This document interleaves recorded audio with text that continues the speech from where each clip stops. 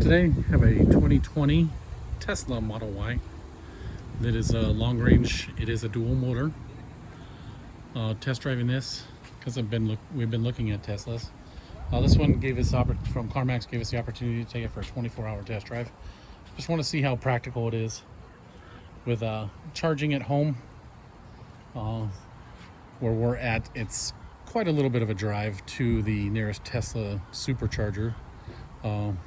Either looking at San Bernardino, Inland Center Mall, or Beaumont at the In-N-Out. So roughly 15 miles to a Tesla charger.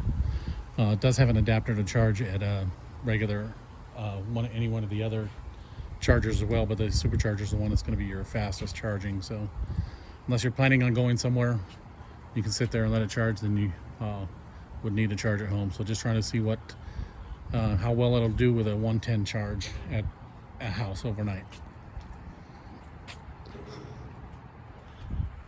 Quick walk around, doesn't look bad. It is a standard door opening, not like the Model X with the gold wing doors. The color is a pearl white with a black interior. It is the standard color for Tesla. The actual no charge color, any other color you see on Teslas is a charge, brand new. This particular Tesla is showing that it does have the full autopilot computer, and they're looking at CarMax is looking at $60,998. I did price new Tesla 2021 to be about $72,000. Basically, it seems to be similarly equipped to this one. This one has 11,950 miles on it currently. But the problem with getting a Tesla from Tesla at this time is the lead time. Right now, if you were to order a Tesla Model Y, your current lead time to get the car is going to be January. So your only opportunity to get a Tesla Model Y anytime soon is to purchase used. We would be looking to replace our Toyota Highlander.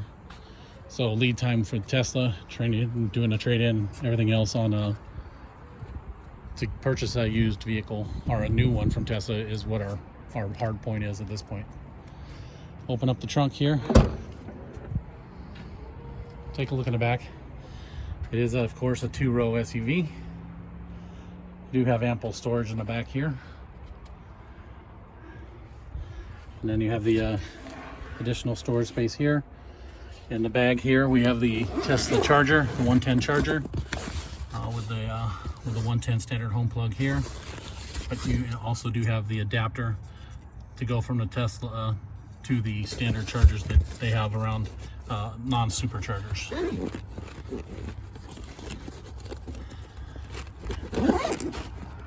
Close back up. And close up the trunk here. There's ample space. Everybody's fairly comfortable. At least 4 people. Didn't have 5 people in it. I do have a box in here right now, but looking at the interior of the back seat here, quite a bit of room there. Me where I sit, it's not too bad on the space either. I'll go sit over there and see how it looks. See if I'm comfortable.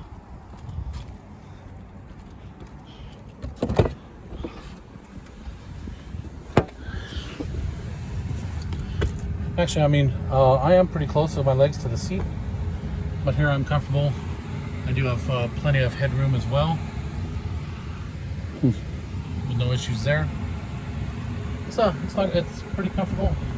Well, there is no adjustments to the seat that I can see here in the back, but I could ride here. You do have the air conditioning vents back here, which are on and blowing. There's been a couple of Model Ys that we've just gone on short test drives, one from Tesla itself and one at another dealership locally, where the air conditioning just didn't feel quite right. It is a little bit cooler today. I think it's in the maybe mid to high 90s, not the hundreds of the other test drives we're on. But again, do feel that the air conditioning seems better in this. The one we did test drive in Tesla, they did tell us that it did go into service for the air conditioning shortly after our test drive. So somebody actually must have told them the air conditioning. Well, actually, we did tell them about the air conditioning, but they did take the they did put it in the shop and did have an issue with the air conditioning. But the problem you have now is, if that's a common problem with the Tesla, with the air conditioning, now that we've seen 2 of them, You know, I'm not saying it is, but it's just from what we've experienced so far. Looking at the driver's interior here, we'll go ahead and pop the front trunk. Only way I see to pop it at this point is from within the car on the screen. You do have a little bit of storage in the front. And once you pop the interior, there's no other thing to open up the trunk. It just will pull right up. And there's your front trunk with your recovery hook. Under here you also have the windshield washer fluid.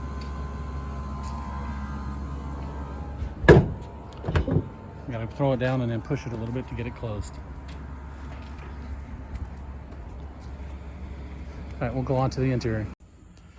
All right, so just plugged it in at the house. Current range is 149. Plugging into the 110 charger is showing 22 hours and 45 minutes to a full charge. So that's obviously not really efficient. So, I mean, your best bet is to go to a supercharger to get a full charge. So the plan would be to, you know, plug it in overnight and get it up to a charge, but obviously that's not going to work, at least on the 110. I mean, if we upgraded to a 220, I'm sure that would be a little bit better. But right now, seeing as it is, it's just plugged in to our 110 outlet and also a shared outlet, so that may not be a real good thing. Maybe I'll unplug the vacuum out of it, although it shouldn't be taking any power. But obviously, I think the problem with it's going to be with most electric vehicles is this charging time. I mean, it's just not efficient.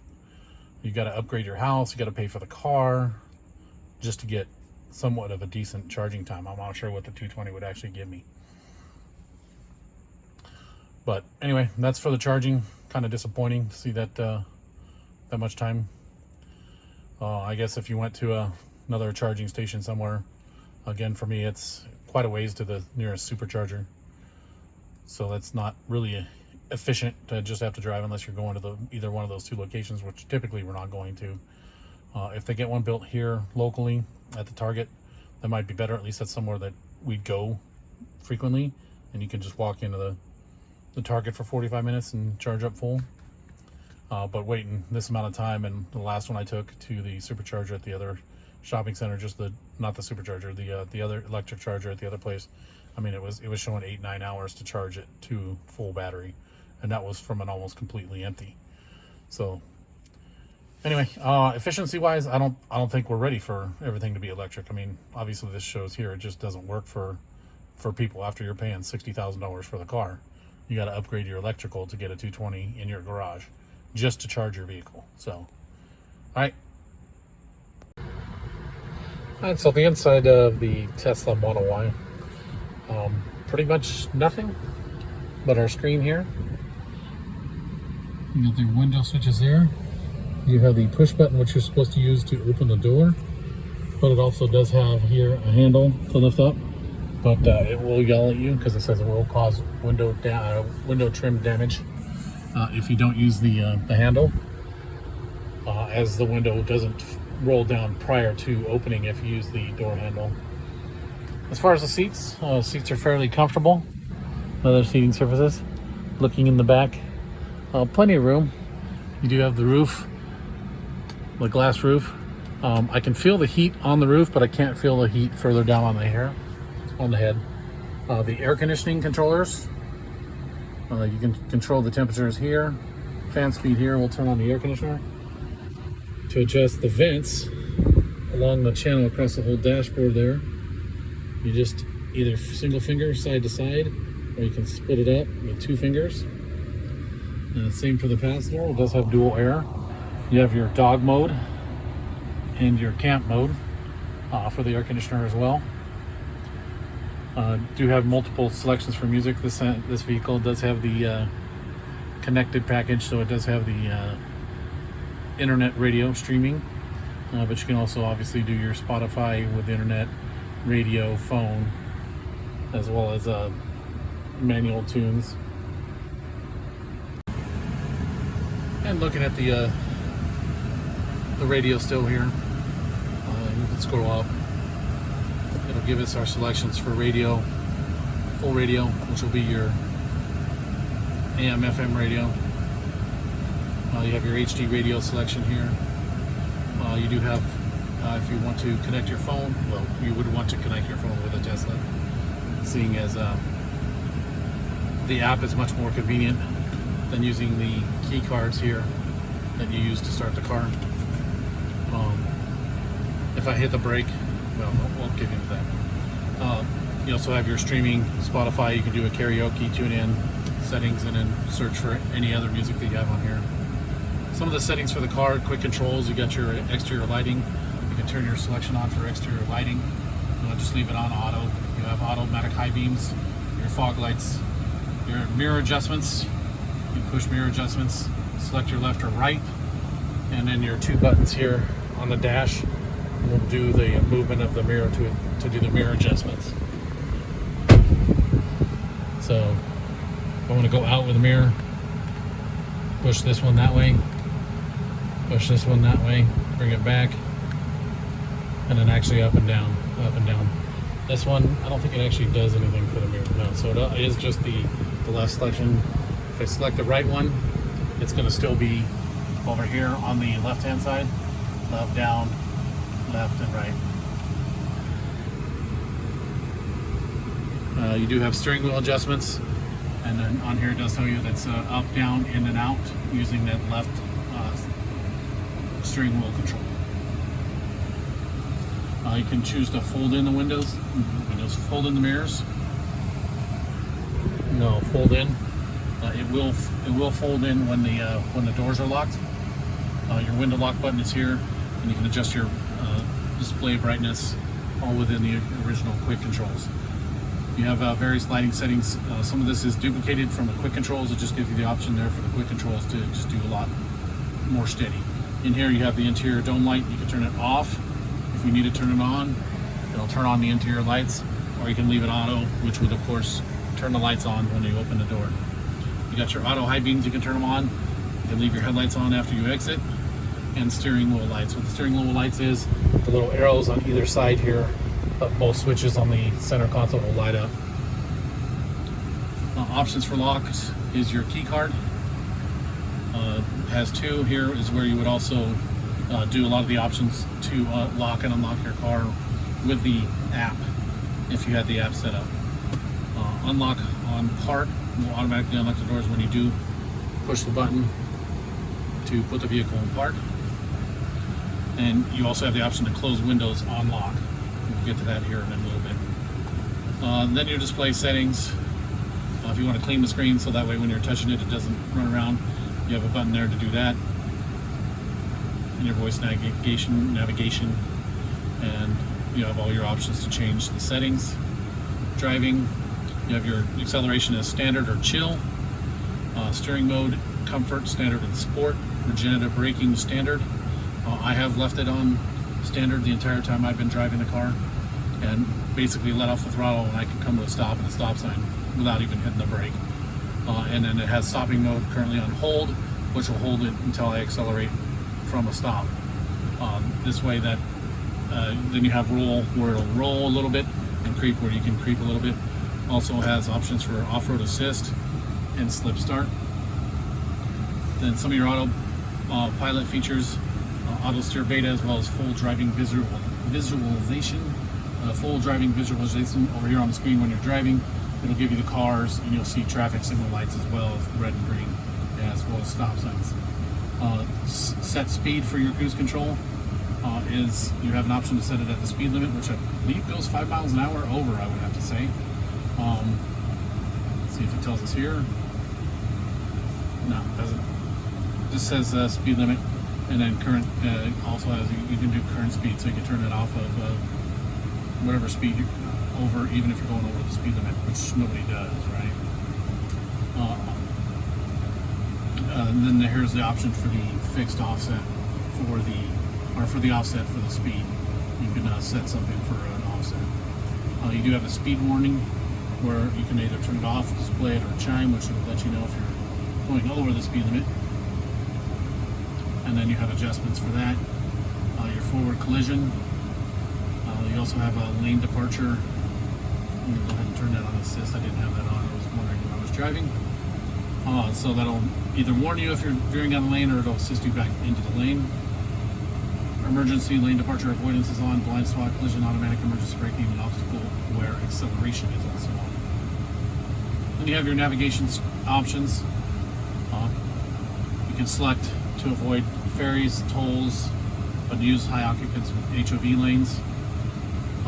And then it has an option here if you can, once it routes you, if it finds a route that'll save up to whatever your settings are here, it will adjust your route based on the quicker route. Mobile access to your vehicle. You can power off the vehicle from sitting in here. Your speed limit mode is actually set to 85, so if you go over 85, it's going to warn you apparently. And then you have your Sentry mode, which would be if your car is parked, it'll keep the cameras on, senses stuff, and it'll take video as needed. Got your park assist chimes. Got your Joe mode, security alarm pin to drive, and glove box pin. So if you don't want your glove box. Joe mode does change the horn. So right now, let's see if we can hear it. Standard horn. And we have Joe mode. Oh, it didn't do it. Maybe I don't know what I'm doing here. It's Joe mode reduces the volume of your car's chimes. So I was wrong. I was thinking it with the horn, but for some reason it's not.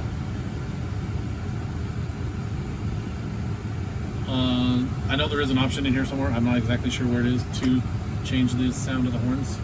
I haven't found it in this one as of yet. So service owner, you have your owner's manuals right online in here. Wheel configuration, if you do change your wheels. Notifications, camera calibrations, and factory reset.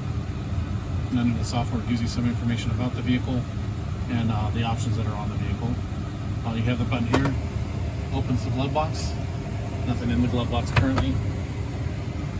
But that's your general settings in here. Let's see, you got your cameras. So it's giving you your camera views off the mirror as well as the rear camera. You got your windshield wipers. You got settings in here for your phone, as well as has a calendar and another view for cameras. You also have your energy, so you can see how much energy you've been using or producing. Your charging, currently at 89 miles. Current charge, you can adjust, and your scheduled departure, and then your supercharging. So this will all show you all your charging as you are charging. You do have the ability to browse the web when you're connected to internet.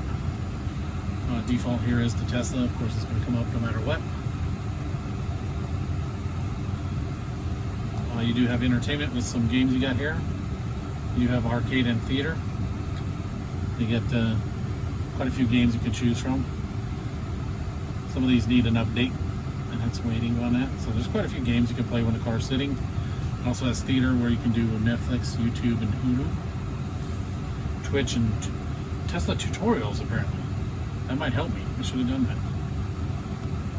And then you've got the toy box, which has various things such as the emissions, which is the play around stuff. You got your tracks, which you can record music. I don't want to do that because it puts a fireplace up on the screen and actually pushes out a little heat. You got a sketch pad where you can just doodle.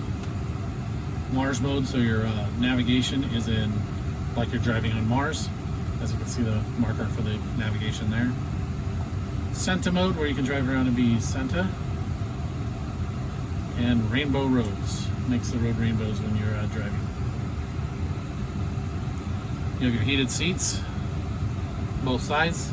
Again, your air conditioning controls, both sides, your temperature as well as the fan speed. When you hit the fan speed, it opens it up to give you the other options. You got the rear passenger, the rear air conditioning, auto, AC, and then of course, like I said earlier, you got your dog camp modes. Your heated seat again, your rear window defroster, front window defroster, and then your volume control is all located in there. And that's where everything is located for the buttons, with the exception of the two on here for your vehicle. Again, 2 key cards to start the vehicle. If I push on the brake, it'll say it's not started. It'll show me here. I gotta put one of the key cards down there, and now it's running and started. You have all your warning lights over here on this side, your partner, neutral, drive, selection over there. You do have a charger here for your phone, a pad charger, and then you also have a storage cubby down in here. You have 2 cup holders in the front here, as well as more storage here with a pull-out tray so you can go underneath a little bit. Now this particular one, the little latch here, appears to be broken, so it doesn't actually latch. Normally you'd have to push on the button to lift it up to get it to go, but with that latch broken, that's not going to happen. Alright, so we'll get ready to take it for a little spin here. Hold on. Alright, before we do go on the drive here, let me go ahead and get out and show you the door locks and how you unlock the vehicle. Again, we'll use the button to open up, even though the window is currently down. We'll use the button still, because I don't want it yelling at me. It'll yell at me even if the window's down. So it's still running, air conditioner's on, but I've gotten out. So now with the windows down, take the key card right here. And now you see it's rolling up the windows, as well as folding in the mirror. And now it is closed and locked. Can't get in. All right, we'll take it for a spin.